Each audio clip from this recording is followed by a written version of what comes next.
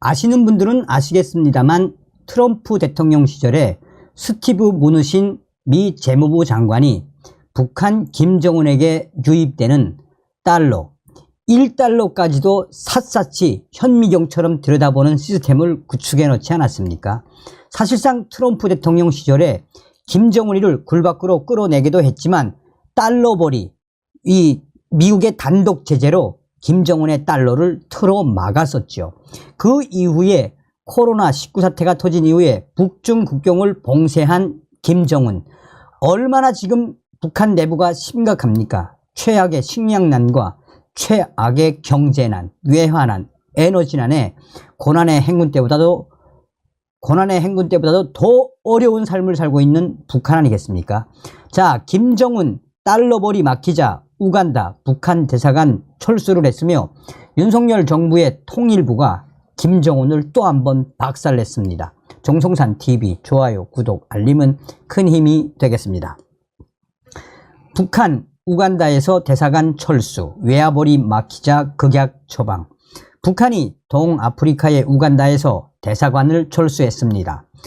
대북 제재로 인해 그동안 이 지역에서 원활하게 사업을 진행해왔던 군사 교류와 외화벌이 사업 등이 지지부진해지자 북한은 대사관 철수라는 극약 처방에 나섰다는 분석입니다. 우간다 언론 더 인디펜던트는 정동학 우간다 북한 주재 북한 대사가 요웨리 무세베니 대통령을 예방하고 마지막 인사를 전했다라고 보도했습니다. 북한의 정동학 대사는 이날 대통령실을 예방하고 북한이 아프리카에 있는 대사관의 수를 줄이는 전략적인 조치를 취했다라며 북한 대외 기관의 효율성을 높이기 위해 우간다 대사관을 폐쇄한다라고 말했습니다.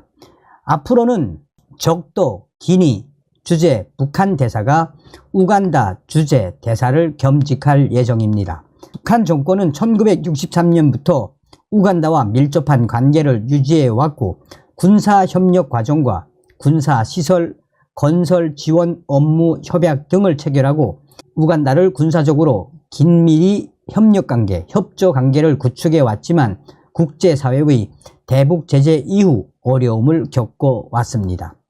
북한의 정동학 대사는 우간다와 북한 사이의 양국 관계가 이 변화에도 불구하고 계속될 것이라고 확언한다라며 우리의 우정은 계속될 것이라고 덧붙였습니다. 무세베니 우간다 대통령도 이날 자신의 사회관계망 서비스 옛 트위터 X에서 퇴임하는 정동학 북한 대사를 대통령 청사에서 만났다라며 정동학 대사가 10년 동안 근무한 것에 감사드리며 행운을 빈다라고 밝혔습니다. 북한의 정동학 대사는 지난 2009년 우간다 부대사로 임명됐고 2017년 대사로 임명된 바 있습니다.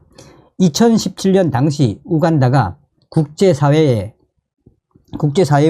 대북 제재로 인해 대북 군사 교류 중단 방침을 밝힌 뒤 자국 내에 북한인 군사 전문가와 업체 관계자들을 추방하자 북한은 명경철 대사를 정동학 대사로 교체했습니다. 북한이 아프리카에서 대사관 수를 줄이는 이유는 현재 진행 중인 국제사회의 대북 제재로 그간 북한이 아프리카에서 진행해왔던 사업을 원활하게 진행할 수 없고 비용적으로도 효율적이지 않기 때문으로 보입니다. 결국 우간다에서 달러가 막히자 북한 김정은은 우간다 북한 대사관 철수라는 극약 처방까지 내놓은 겁니다. 미 해군 분석센터의 켄 고수국장은 이날 자유아시아방송과의 통화에서 북한은 아프리카에서 많은 사업을 해왔다라며 비용 대비 효과가 낮다는 판단하에 철수한 것이라고 분석했습니다. 그러면서 고수국장은 최근 북한은 재정적으로 어려운 상황입니다. 자금을 전략하고 정권을 위한 자금을 모으기 위한 것일 수 있습니다. 또 다른 사업 수익성이 좋은 것으로 이전하려는 것일 수도 있습니다. 하마스와 이스라엘 전쟁이 일어나는 중동이나 다른 것으로 옮겨갈 수도 있습니다. 라고 말했습니다. 북한은 국제사회의 대북 제재가 강화되어 수출, 해외 노동자, 해외 식당, 무기 밀매 등 기존의 외화벌이 수단이 차단되자 새로운 외화벌이 수단으로 사이버 분야에서 악의적인 활동에 집중해 오고 있습니다. 자, 통일부가 작심을 하고 김정은을 박살냈습니다. 윤석열 정부는 만성적 식량난 속에서도 북한 김정은 일가를 위한 사치품 수입이 연간 수억에서 수십억 원대에 이르는 것으로 파악했습니다. 통일부 관계자는 언론 브리핑에서 북한이 연간 수억, 수십억 원 상당 규모로 김정은 일가를 위한 사치품을 수시로 도입하고 있는 것으로 보인다라고 북한 김정은 정권을 정조준을 했습니다. 사치품 공급과 이전 자체가 대북 제재 위반인데다 김정은 일가 관련 정보가 극비여서 정확한 수치를 파악할 수는 없지만 탈북자 증언과 정보 당국의 현지 정보를 바탕으로 추정한 것이라고 통일부 당국자는 설명했습니다. 통일부 당국자는 코로나 시기 국경 봉쇄로 반입 규모가 일시 위축됐으나 작년 하반기부터 회복되는 양상이라고 말했습니다. 김정은의 사치품에 대해서 소상하게 통일부가 강조한 것은 매우 이례적입니다. 구입 품목은 평양의 노동당 서기실이나 최고위층이 직접 선정하는 것으로 추정된다라고 통일부 당국자는 말했습니다.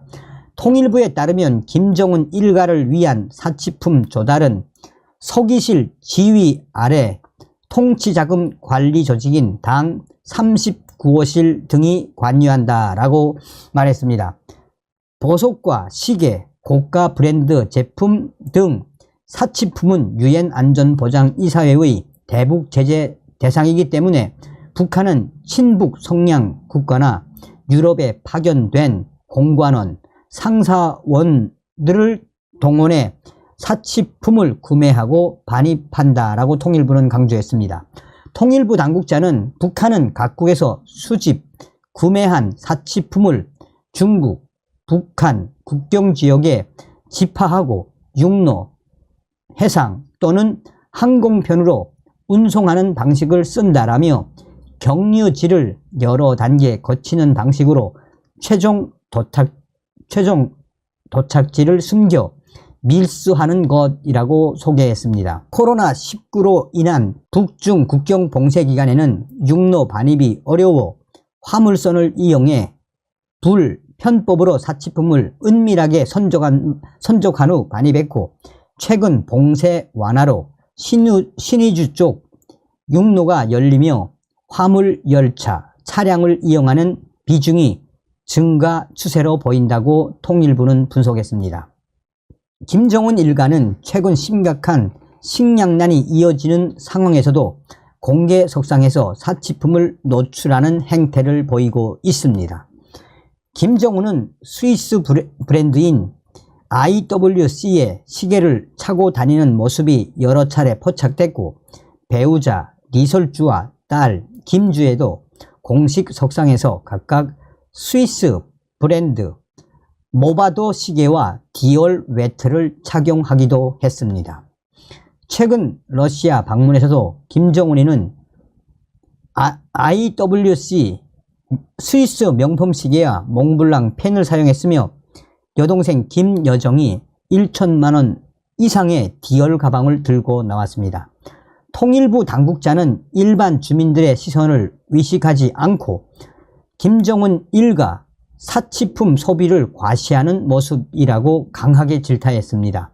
김정은이 축군의 사치품을 선물하는 사치품 통치술 또는 시계 통치술도 엘리트 탈북민 등의 증언을 통해 잘 알려진 사실이라며 당, 정, 군 간부들은 정치, 군사, 행사 등 주요 게시 때마다 김정은 선물 정치 일환으로 사치품을 수령합니다.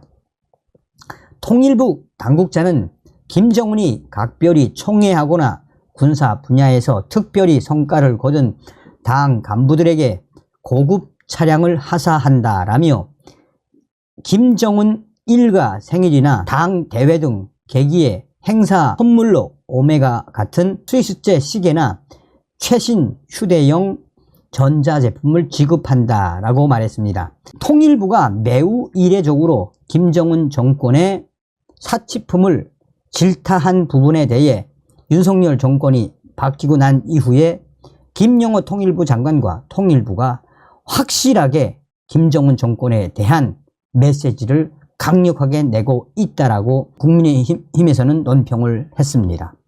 자, 얼마 전에도 김영호 통일부 장관이 김정은이가 가장 경악하게 하는 북한 인권, 전 세계에 알리는 스피커, 빅 스피커 역할을 하겠다라며 김정은이가 서울을 통하지 않고 도쿄나 워싱턴으로 갈 수 없다. 다시 말하면 김정은이가 핵 포기를 하지 않으면 너희는 일본과의 교류나 워싱턴과의 교류, 회담 있을 수 없다라고 김정은이를 발칵 뒤집어 엎었었죠. 윤석열 정권이 바뀐 이후에 통일부가 일을 얼마나 잘 한다라는 이야기입니까? 지금 현재 북한 금강산 관광 기업들과 또 개성공단 기업들이 난리가 났습니다. 강력한 투쟁을 예고하며 윤석열 정부가 피해 보상에 나서라. 피해 보상을 해주지 않으면 전면전을 펼치겠다라는 지랄 발광의 본질이 과연 무엇이겠습니까? 문재인 때는 가만히 있다가 윤석열 정부가 들어오니 그들의 지랄병이 또 도졌다라고 해도 과언이 아니겠습니다. 정성산TV 좋아요, 구독, 알림은 큰 힘이 되겠습니다. 올해로 금강산 관광 중단이 16년, 개성공단 폐지가 7년차를 맞았습니다. 이에 관련 기업들은 윤석열 정부를 향해 피해 보상 특별법 제정을 촉구하며 생존 대책 마련을 촉구하고 있습니다. 현재 국회에는 관련 법안이 제출되어 있지만 형평성 검토 등으로 국회의 문턱을 넘지 못하고 있습니다. 이들은 윤석열 정부를 향해 피해 보상을 해줘야 한다라며 피해 보상을 해주지 않으면 강력한 투쟁도 예고하고 있어 이 사태는 앞으로 어떻게 확대될지 귀추가 주목되고 있습니다. 사실상 문재인 전 정권에서도 해결하지 못한 것을 윤 정부가 들어선 이후 이들 단체들의 투쟁 예고는 국민들의 부정적인 반응에 부딪힐 수밖에 없습니다. 개성공단 기업협회는 정부 서울청사 정문 앞에서 개성공단 폐지 7년을 맞아 특별법 제정을 통한 정당한 보상 및 입주 기업 생존 대책 마련을 촉구하는 촉구대회를 개최했습니다. 개성공단 입주 기업들은 투자금 100% 지급하고 대출금 100% 탕감하라.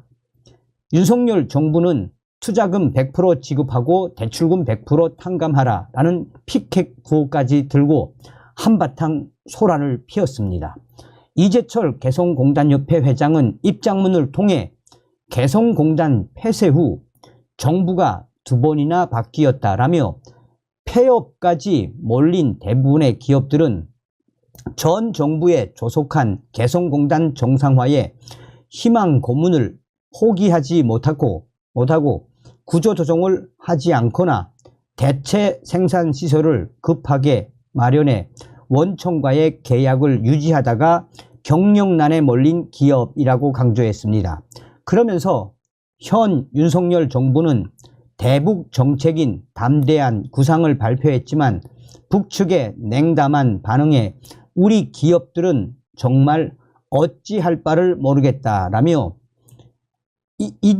이들은 남북 경협의 법적 안정성을 위해 개성공단 전면 중단 피해 보상 특별법을 제정해 정당한 이 피해를 조속히 보상할 것.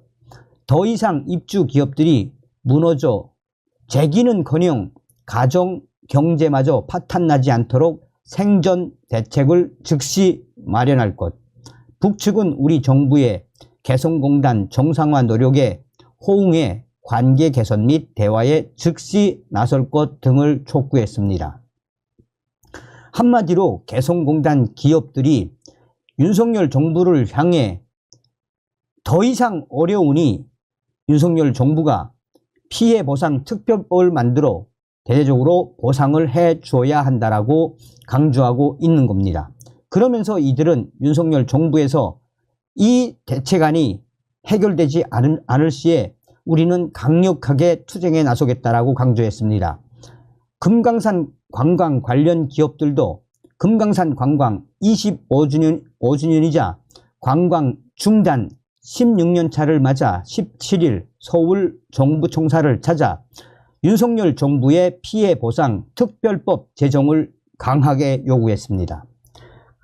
금강산 기업협회 및 금강산 투자기업협회는 이날 기자회견을 열고 금강산 관광은 이제 지속 가능한 사업이 될 수 없는 상황이라며 윤석열 정부는 북한의 핵실험 등 정치적 이유로 통치권 차원에서 모든 남북 경협을 중단시켰으면서 금강산 기업들의 피해 보상 요구에는 법이 없어 보상할 수 없다는 답변만 16년 동안 해왔다라고 지적하며 금강산 기업들은 정부의 피해보상 특별법으로 국가 차원의 정리가 필요하다라며 우리 금강산 기업들의 손실 보전, 투자금 전액 지급 및 대출금과 이자 탕감 등을 피해보상 특별법으로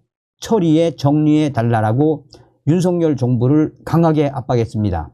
이어 정부의 금강산 관광 중단 조치로 인한 사업 중단으로 기업 파산, 가족 해체, 신용 불량 등 지난 16년간 희망 고문을 당해온 금강산 기업인들에게 윤석열 정부는 피해보상 특별법을 제정해서 실질적인 보상을 청산을 해줄 것을 강력하게 촉구한다라며 해결되지 않으면 해결될 때까지 끝까지 투쟁을 이어나가겠다라고 지랄 발광을 하고 있습니다.